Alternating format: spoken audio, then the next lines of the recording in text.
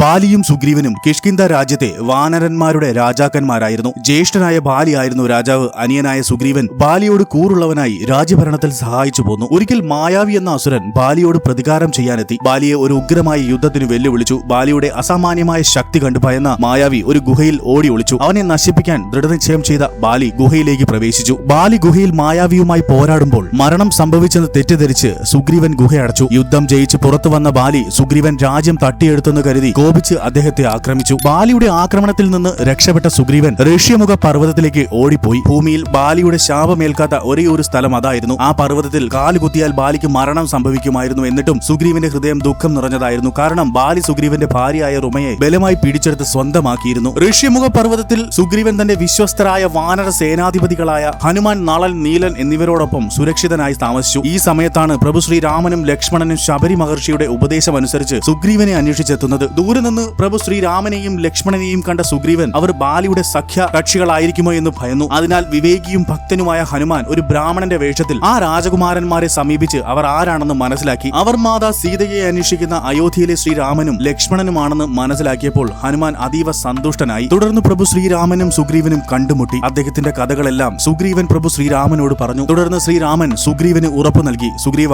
ഇന്നു മുതൽ നമ്മൾ സുഹൃത്തുക്കളാണ്. അഗ്നിയെ സാക്ഷിയാക്കി ഞാൻ സത്യം ചെയ്യുന്നു. നിന്റെ രാജ്യവും നിന്റെ പ്രിയപ്പെട്ട ഭാര്യയും വീണ്ടെടുക്കാൻ ഞാൻ നിന്നെ സഹായിക്കും. സുഗ്രീവൻ വിനയത്തോടെ പറഞ്ഞു. പക്ഷേ ബാലി അതിശക്തനാണ്. യുദ്ധത്തിൽ അവന്റെ മുന്നിൽ നിൽക്കുന്ന ആരുടെയും പകുതി ശക്തി അവന് വലിച്ചെടുക്കാൻ കഴിയും. ഇതിനു മറുപടിയായി പ്രഭു ശ്രീരാമൻ ഒന്ന് പുഞ്ചിരിച്ചതേയുള്ളൂ. തുടർന്ന് പ്രഭു ശ്രീരാമന്റെ നിർദ്ദേശപ്രകാരം സുഗ്രീവൻ കിഷ്കിന്ധയിലെത്തി ബാലിയുമായി യുദ്ധം ആരംഭിച്ചു. എന്നാൽ അവർ പോരാടുമ്പോൾ പ്രഭു ശ്രീരാമൻ ഒരു നിമിഷം മടിച്ചു. കാരണം രണ്ട് സഹോദരന്മാരും ഒരുപോലെയായിരുന്നു. അതുകൊണ്ട് ആരെയാണ് ലക്ഷ്യമിടേണ്ടതെന്ന് അദ്ദേഹത്തിന് തിരിച്ചറിയാൻ കഴിഞ്ഞിരുന്നില്ല. ബാലി സുഗ്രീവനെ കീഴ്പ്പെടുത്തി. സുഗ്രീവൻ മുറിവേറ്റവനായി ലജ്ജിച്ച് ഋഷ്യമുഖ പർവ്വതത്തിലേക്ക് മടങ്ങി. തിരിച്ചെത്തിയ സുഗ്രീവൻ പ്രഭു ശ്രീരാമനോട് ചോദിച്ചു, സുഹൃത്തെ, എന്നെ സഹായിക്കാമെന്ന് നിങ്ങൾ വാഗ്ദാനം ചെയ്തിരുന്നു. പക്ഷേ നിങ്ങൾ ഒന്നും തന്നെ ചെയ്തിരുന്നില്ല. പ്രഭു ശ്രീരാമൻ മറുപടി പറഞ്ഞു, സുഗ്രീവ, നീയും ബാലിയും ഒരുപോലെ ആയിരുന്നതിനാൽ എനിക്ക് അസ്ത്രം തൊടുക്കാൻ കഴിഞ്ഞിരുന്നില്ല. എന്നാൽ ഇത്തവണ നീ പുഷ്പമാല ധരിക്കുക. അപ്പോൾ എനിക്ക് നിന്നെ തിരിച്ചറിയാൻ കഴിയും. അങ്ങനെ പുഷ്പമാല ധരിച്ച് വീണ്ടും സുഗ്രീവൻ കിഷ്കിന്ധയിലേക്ക് മടങ്ങി. തുടർന്ന് ബാലിയും സുഗ്രീവനും അതിശക്തമായ പോരാട്ടം ആരംഭിച്ചു. അവരുടെ അലർച്ചയിൽ ഭൂമി കുലുങ്ങി. ബാലി വീണ്ടും സുഗ്രീവനെ കീഴടക്കാൻ തുടങ്ങിയപ്പോൾ പ്രഭു ശ്രീരാമൻ മരങ്ങൾക്ക് പിന്നിൽ നിന്ന് ലക്ഷ്യം വെച്ച് തന്റെ അസ്ത്രം അയച്ചു. ആ അസ്ത്രം ബാലിയുടെ നെഞ്ചിൽ തുളച്ചു കയറി. ആ ശക്തനായ വാനരൻ നിലം പതിച്ചു. മരണക്കിടക്കയിൽ ബാലി പ്രഭു ശ്രീരാമനോട് ചോദിച്ചു, അല്ലയോ രാമ,